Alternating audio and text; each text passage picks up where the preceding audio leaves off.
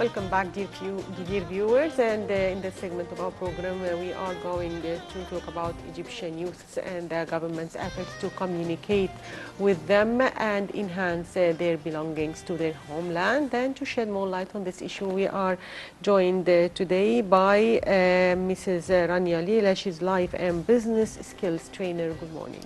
Good morning. Good morning. Thank you so much, first of all, for joining us. And regarding our topic of discussion for today, we're talking about the Egyptian youth and the focus or the special attention the government pays to the Egyptian youth and engaging them in all aspects of the political and economic and cultural aspects in Egypt. If you can shed more light on that. Actually, youth are important in our country. They are the future of our country. Yes. And to plant or to improve their sense of belonging to the country is also crucial. We have problems these days that our youth are not feeling so close to their country. Even if in the hard times, they feel that power that deep inside comes to surface, that they love their country.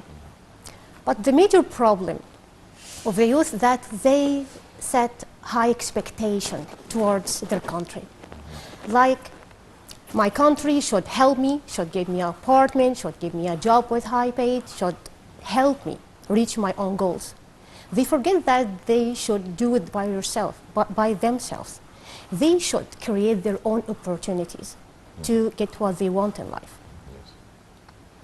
So, how do you evaluate the government's efforts to enhance the sense of belonging in youth? The government plays great role Yes. and has great efforts on this issue, but we need more efforts because in this competitive world, Yes. people are, or the youth specifically, are trying to strive for more, expecting more from the government to do. Or to achieve their goals. And in the same exact time, we have another war we have go through these days, the war that evildoers trying to attack us, trying to attack or destroy the stability of Egypt. Yes. And the youth, as they are just maybe younger, or they are young, they may follow them. So we need from the government more effort to enhance and to improve some opportunities, more opportunities to the youth. Yes. Also, when we speak about the youth, we have to remember and amplify the World Youth Forum. Several versions were held, bringing together not only Egyptian youth, but also African youth from all walks coming together in this world-class forum with a lot of participants sharing their experiences and being involved in the political life, and also the forums that are organized under the auspices of the president. And one of its sessions is a usual or a regular session called Ask the President, engaging the youth with directly to ask the president their questions and to share with him their aspirations and their if they had any questions in mind, they would ask the president directly. How do you see all that? I say it's amazing. It's amazing effort, and I referred before that the government has great role in this issue and trying to make more efforts to reach people, to reach the youth.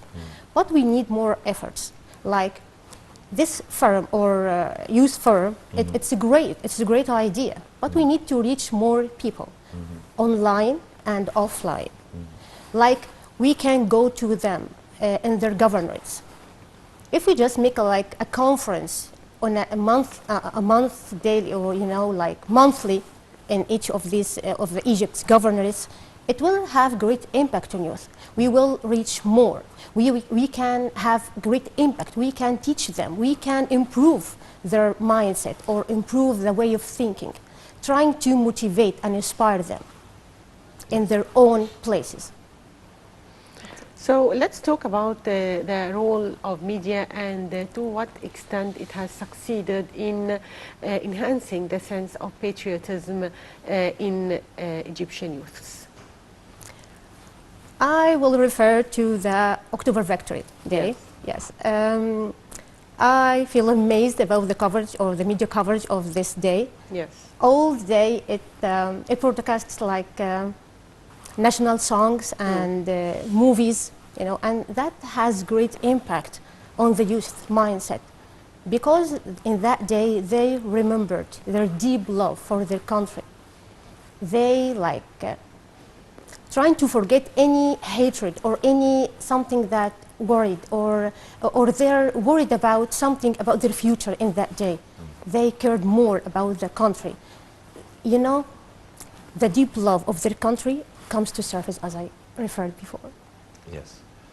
So what do you think are the current challenges facing the youth nowadays? The skills. Yes. Youth should acquire some skills, because skills in this competitive world are really crucial to get them high-paid jobs. So they need to work on their skills, business skills and life skills. And, you know, it just comes to my mind that they should follow that business rule. There is a business rule or a business model from American entrepreneur. His name is Gary V, I believe.